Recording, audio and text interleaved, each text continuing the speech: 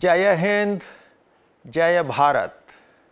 युग दृष्टा भगत सिंह की अमर क्रांति यात्रा के 26वें पड़ाव पर आप सभी का स्वागत है। दोस्तों, पिछले वीडियो में आपने देखा कि भगत सिंह द्वारा सेशन कोर्ट में दिए गए बयान को कांग्रेस के बुलेटिन में छापने और उनकी भूख हड़ताल का समर्थन करने पर गांधी जी ने 1 जुलाई 1929 को लिखे अपने पत्र में जवाहरलाल नेहरू को खूब फटकारा था। यदि वो वीडियो आपने नहीं देखा है तो जरूर देखिए, लिंक डिस्क्रिप्शन में दे दिया गया है। अब कहानी को आगे बढ़ाते हैं। दोस्तों, एक और तो क्रांतिकारियों की भूख हड़ताल जारी थी, दूसरी तरफ 10 जुलाई से स्पेशल मैजिस्ट्रेट श्री किशन की अदालत में लाहौर कॉन्स्पिरेसी केस की सुनवाई, प्रारंभिक सुनवाई शुरू हो गई। 15 जुलाई 1929 को बटुकेश्वर दत्त अदालत में नहीं आ सके क्योंकि उनको तेज बुखार था। भगत सिंह और बटुकेश्वर दत्त की भूख हड़ताल को तब तक 1 महीना हो चुका था। सरकारी वकील कार्डन नॉर्ड ने मैजिस्ट्रेट से कहा कि सीआरपीसी की धारा 540A के तहत बटुकेश्वर दत्त की अनुपस्थिति में भी अदालत की कार्रवाई चलती रहनी चाहिए, लेकिन यह तभी हो सकता था जब अभियुक्त के बचाव के लिए उसका वकील अदालत में हाजिर हो। बटुकेश्वर दत्त के वकील थे अमरदास और उन्होंने कहा कि उनके मुवक्किल से उनको कोई निर्देश नहीं मिला है कि वे उनकी अनुपस्थिति में भी उनका बचाव करें। इस हालत में उस दिन के लिए अदालत की कार्रवाई को स्थगित करना पड़ा। अगले दिन भी अपने खराब स्वास्थ्य के कारण बटुकेश्वर दत्त अदालत नहीं आ सके। सरकार ने अब लाहौर हाई कोर्ट में एप्लीकेशन लगाई कि या तो हाई कोर्ट बटुकेश्वर दत्त के लिए कोई वकील नियुक्त करे या स्पेशल मैजिस्ट्रेट को ऐसा करने का अधिकार दे। हाई कोर्ट में इस एप्लीकेशन को सुना चीफ जस्टिस सर शादी लाल और जस्टिस ब्रॉडवे ने। 26 जुलाई को सुनाए अपने फैसले में हाई कोर्ट ने सरकार की मांग को नकार दिया। दोस्तों, हाई कोर्ट में मिली इस हार से तिलमिलाई अंग्रेज सरकार ने असेंबली का सहारा लिया और 12 सितंबर 1929 को सीआरपीसी में नई धारा 540B जोड़ने के लिए सेंट्रल असेंबली में सीआरपीसी अमेंडमेंट बिल लेकर आई। इस नई धारा 540B में लिखा था कि यदि कोई मुल्जिम अपनी मर्जी से अपने आप को अदालत में आने के नाकाबिल कर ले तो उसकी गैर हाजिरी में भी अदालत की कार्रवाई चलती रहेगी, चाहे उसका वकील हाजिर हो या ना हो। दोस्तों, भगत सिंह और उनके साथी भूख हड़ताल इसलिए तो नहीं कर रहे थे कि अदालत की कार्रवाई लटकती रहे। यूं तड़प तड़प कर तिल तिल मरने से तो लाख दर्जे अच्छा था फांसी चढ़कर एक बार मर जाना। वे भूख हड़ताल कर रहे थे ताकि उनके संघर्ष से जेलों की हालत सुधर सके और आजादी की लड़ाई लड़ते हुए जेल जाने वालों के साथ इंसानों जैसा सलूक हो। उन दिनों जेलों में क्रांतिकारियों के साथ बेहद क्रूर और अमानवीय व्यवहार होता था, जिससे घबराकर बड़े बड़े सूरमा टूट जाते थे। ऐसे में भूख हड़तालियों के विरुद्ध उनकी गैर हाजिरी में मुकदमा चलाने का सीधा मतलब यही था कि या तो भूख हड़ताल तोड़कर चुपचाप अदालत में आ जाओ, वरना तुम्हारी गैर हाजिरी में ही तुम पर मुकदमा चलाकर फांसी लटका देंगे। इस पृष्ठभूमि में 12 सितंबर 1929 को असेंबली में सीआरपीसी अमेंडमेंट बिल पर बहस शुरू होती है। चर्चा में भाग लेते हुए एनसी केलकर भगत सिंह और उनके साथियों के समर्थन में ऐतिहासिक भाषण देते हैं। वे कहते हैं, उन नौजवानों ने जेल में आम कैदियों के साथ बुरे व्यवहार और नस्लवादी भेदभाव का बहुत ही महत्वपूर्ण राजनीतिक मुद्दा उठाया है और आराम कुर्सियों पर बैठे वकीलों की तरह नहीं, न ही अपराध विज्ञान के नौसिखिए सिद्धांतवादियों की तरह पुस्तकालयों में बैठकर, बल्कि जेल के असीम कष्टों को सहते हुए यह मुद्दा उठाया है। भूख हड़ताल को आत्महत्या के समान बताकर उनकी आलोचना की गई है। गांधी जी ने भी तो 20 दिन भूख हड़ताल की थी, क्या वे आत्महत्या कर रहे थे? दोस्तों, जब एनसी केलकर ने ऐसा कहा तभी सदन के किसी सदस्य ने बीच में टोका, जो गांधी जी ने किया वो तपस्या थी। इस पर एनसी केलकर कहते हैं, ठीक है, ये नौजवान जो कर रहे हैं वो भूख हड़ताल है और जो गांधी जी ने किया उसे आप तपस्या कहिए, पर याद रखना भूख दोनों में एक जैसी ही लगती है। केलकर आगे कहते हैं, वे उस राजनीतिक लड़ाई को लड़ रहे हैं जो इस असेंबली को लड़नी चाहिए थी। आप सब जानते हैं कि भूख हड़ताल कोई खेल नहीं है। वे अपना जीवन कुर्बान करने के लिए तैयार हैं। उनकी मांग है कि राष्ट्रीय संघर्ष में शामिल राजनीतिक बंदियों के आत्मसम्मान की रक्षा हो।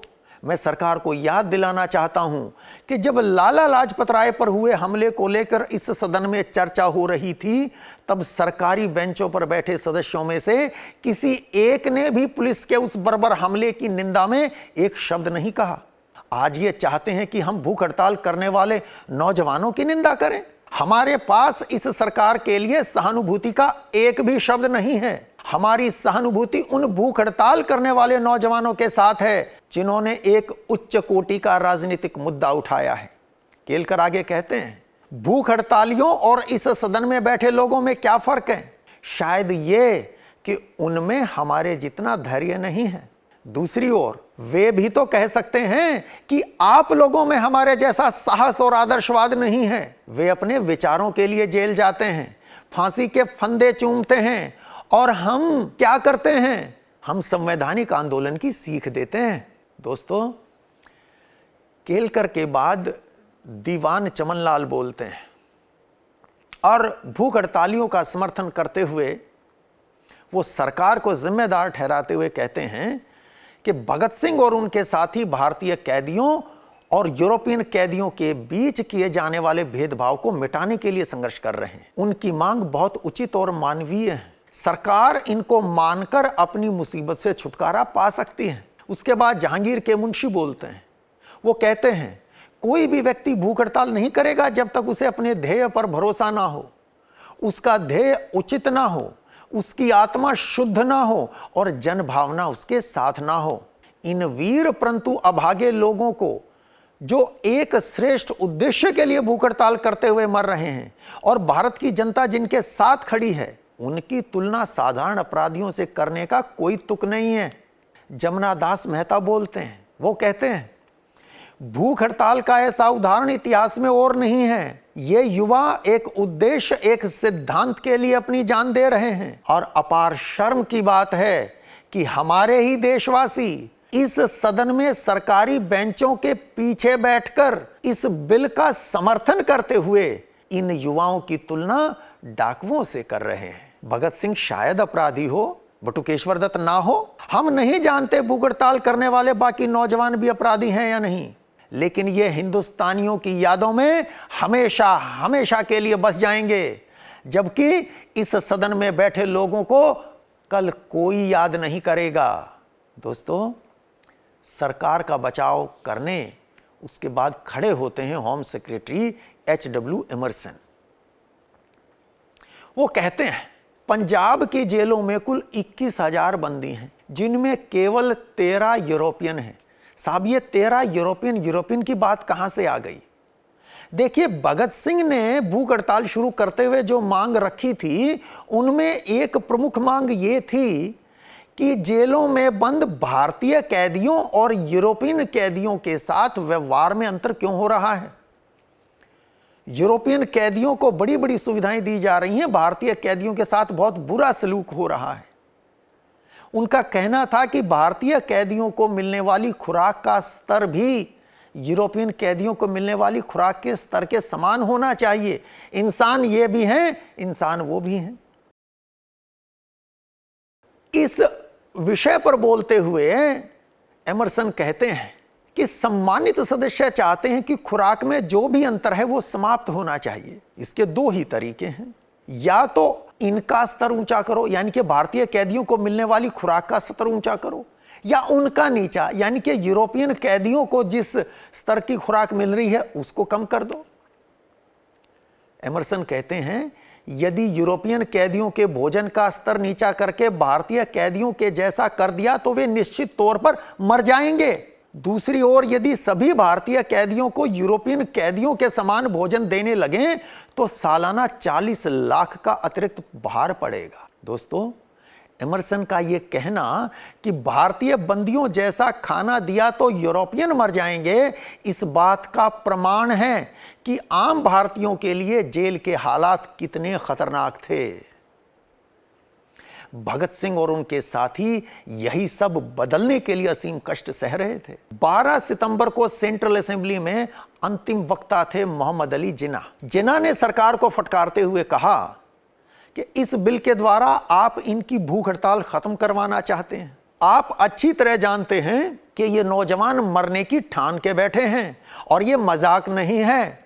हर कोई यूं भूख हड़ताल से तड़प तड़प कर स्वयं को नहीं मार सकता। कुछ दिन करके देख लीजिए। जो व्यक्ति भूख हड़ताल करता है उसकी आत्मा होती है, वो अपनी आत्मा से प्रेरित होता है और अपने ध्येय की सच्चाई में उसे विश्वास होता है कि भगत सिंह ने जो किया था मैं उसका समर्थन नहीं करता, पर मुझे अफसोस है कि सही या गलत आज भारत का युवा आंदोलन की राह पर है। दोस्तों, जिन्ना का वक्तव्य अभी पूरा नहीं हुआ था और 14 सितंबर 1929 की सुबह 11 बजे तक के लिए सभा की कार्रवाई स्थगित हो गई। अगले दिन यानी 13 सितंबर 1929 को 63 दिन की भूख हड़ताल के बाद मां भारती के वीर सपूत जतिन दास शहीद हो गए। इन हालात में 14 सितंबर 1929 को जिन्ना 12 सितंबर का अपना अधूरा वक्तव्य आगे बढ़ाते हैं। जिन्ना कहते हैं, यदि यह बिल पास होता है तो जहां तक भगत सिंह और उनके साथियों के मुकदमे का जिक्र है, यह मुकदमा न्याय का उपहास होगा। मैं आपको इस सदन में खड़े होकर यह शक्ति नहीं दे सकता। क्या आप भूख हड़ताल से भी बड़ी भयानक यातना की कल्पना कर सकते हैं? यदि ये लोग अपने आप को इतनी बड़ी सजा दे रहे हैं और इससे आपको असुविधा हो रही है, तो क्या इसके लिए हम आपराधिक न्याय शास्त्र के मूल सिद्धांतों को ही त्याग दें? ये नौजवान आपसे केवल न्यूनतम जरूरी चीजें और थोड़ा सा बेहतर व्यवहार ही तो मांग रहे हैं। क्या आप इतना भी नहीं दे सकते? इस तरह जिन्ना ने भी सेंट्रल असेंबली में भगत सिंह और उनके साथियों द्वारा की गई भूख हड़ताल का समर्थन किया। जिन्ना के बाद बोलने वाले नेताओं में शामिल थे मोतीलाल नेहरू। उन्होंने भी सरकार को चारों तरफ से घेरते हुए कहा कि सरकार इस सदन से किसी भी सहानुभूति की पात्र नहीं है, क्योंकि यह मुसीबत इसकी अपनी जिद और अभिमान के कारण आई है, जिसके चलते भूख हड़ताल करने वाले नौजवानों की बेहद जायज मांगे भी मानने से सरकार ने इनकार कर दिया है। ये अपने लिए नहीं बल्कि अन्य कैदियों के कल्याण के लिए संघर्ष कर रहे हैं। मोतीलाल नेहरू आगे कहते हैं, मेरे मन में उस व्यक्ति के लिए कोई सम्मान नहीं है जो चोरी, गबन या ऐसे ही किसी दूसरे अपराध में दोषी पाया गया हो, फिर चाहे उसका रंग या हैसियत कैसी भी क्यों ना हो। इसके विपरीत उस व्यक्ति के लिए मेरे मन में सम्मान कूट कूट कर भरा है जो अपनी श्रेष्ठ भावनाओं और विश्वास के साथ अपने देश के लिए संघर्ष करता है, चाहे कोई उसे भटका हुआ ही क्यों ना कहे। मैं उसको सैल्यूट करता हूं। दोस्तों, कुछ लोग उन दिनों भगत सिंह और उनके साथियों को भटका हुआ नौजवान कहते थे, इसलिए मोतीलाल नेहरू ये सब कहते हैं यहां पर कि मैं उनको सैल्यूट करता हूं, आप चाहे उनको भटका हुआ कहिए। उसी दिन बहस में भाग लेते हुए यूरोपियन ग्रुप के एक मेंबर मिस्टर E.L. प्राइस सरकार के पक्ष में बोलते हैं और सारी संसदीय गरिमा को भुलाकर भूख हड़ताल करने वाले क्रांतिकारियों के बारे में बेहद अपमानजनक टिप्पणी करते हैं। राष्ट्रवादी नेता M.R. जयकर उस अधम को लताड़ते हुए कहते हैं, भारत राजनीतिक रूप से गुलाम सही, परंतु उसकी गैरत अभी बाकी है। जिन भूख हड़ताली युवाओं के बारे में इतनी अपमानजनक टिप्पणी की गई है, उनमें से एक कल ही शहीद हुआ है। वह धीरे धीरे इंच इंच करके मरा है। पहले एक हाथ को लकवा मारा, फिर दूसरे को, फिर एक पैर, फिर दूसरा और अंत में प्रकृति का सबसे अनमोल उपहार, आंखें भी चली गई। वो पल पल तड़प तड़प कर मरा है। इन युवाओं में कुछ तो बहुत ही ज्यादा उज्जवल आत्मा है। यदि आज यह देश स्वाधीन होता तो ये निडर और साहसी युवा जहाजों के कप्तान और सेनाओं के कमांडर होते। ये लोग एक सिद्धांत के लिए लड़ रहे हैं, ऐसा कहना था M.R. जयकर का। M.R. जयकर आगे कहते हैं कि जिस बदबूदार अंधेरी छोटी सी कोठरी में हिंदुस्तानी कैदी बंद रहते हैं, उसी के एक कोने में मिट्टी के बर्तन रखे होते हैं जो रात के समय शौच आदि आ जाने पर काम आते हैं, जबकि यूरोपियन कैदियों के लिए रसोई और शौचालय अलग अलग बने होते हैं। दोस्तों, इन नारकीय व क्रूर अमानवीय यातनाओं के विरुद्ध भगत सिंह ने संघर्ष छेड़ा था। जो काम देश के महान नेताओं को करना चाहिए था, वो काम भगत सिंह कर रहे थे अपनी ऐतिहासिक भूख हड़ताल के द्वारा। दोस्तों, 14 सितंबर 1929 को सुबह सुबह पंडित मोतीलाल नेहरू ने स्थगन प्रस्ताव एडजर्नमेंट मोशन प्रेजेंट किया था हाउस में, 13 तारीख को जतिन दास के शहीद हो जाने के बाद। इस चर्चा में भाग लेते हुए मदन मोहन मालवीय कहते हैं, भूख हड़ताल करने वाले अपराधी नहीं हैं, वे किसी घिनौने स्वार्थ से प्रेरित नहीं हैं, वे सभी देशभक्ति की महान भावना और अपने देश को आजाद करवाने की तीव्र इच्छा से प्रेरित हैं। वे ऊंचे आदर्श और राष्ट्रीय स्वाभिमान की श्रेष्ठ भावना रखते हैं। वे लोग मुकदमे की सुनवाई से भागने वाले नहीं हैं। मालवीय जी के बाद केसी नियोगी बोलते हैं। जतिन दास को श्रद्धांजलि देते हुए केसी नियोगी कहते हैं, वह प्रदेश जो जतिन दास को जन्म देकर गौरवान्वित हुआ, उसके एक अयोग्य प्रतिनिधि के रूप में मैं बंगाल के उस यशस्वी पुत्र की पावन स्मृति में अपना आदर और श्रद्धांजलि प्रकट करता हूं। इस सदन में कहे गए कोई भी शब्द जतिन दास को अब दोबारा जीवित नहीं कर सकेंगे। दोस्तों, उसके बाद स्थगन प्रस्ताव पर सदन में मत विभाजन होता है। प्रस्ताव के पक्ष में 55 मत आते हैं और विरोध में 47। इस तरह सरकार की अमानवीय और अन्यायपूर्ण नीतियों को सेंट्रल असेंबली ने नकार दिया और सीआरपीसी अमेंडमेंट बिल ठंडे बस्ते में चला गया। यह जानकारी हमें मिली पार्लियामेंट लाइब्रेरी की ऑफिशियल वेबसाइट eparlib.nic.in से। इसके बाद 24 सितंबर 1929 से लाहौर सेंट्रल जेल में स्पेशल मैजिस्ट्रेट की अदालत में मुकदमे की कार्रवाई फिर शुरू होती है, जहां एक्शन, इमोशन, ड्रामा, सस्पेंस सब कुछ देखने को मिलता है। लेकिन उसकी बात करेंगे अगले शनिवार शाम 5 बजे। युग दृष्टा भगत सिंह की अमर क्रांति यात्रा को अभी देते हैं एक विराम। आशा है इस वीडियो में दी गई जानकारी आपको पसंद आई होगी। वीडियो को अधिक से अधिक शेयर कीजिए ताकि आज़ादी का श्रेय केवल चरखे को देने वालों को सच्चाई का पता चल सके। यदि चैनल को अभी भी सब्सक्राइब नहीं किया है तो कर लीजिए। आपके सुझाव, आपके विचारों का इंतज़ार रहेगा। जय हिंद, जय भारत।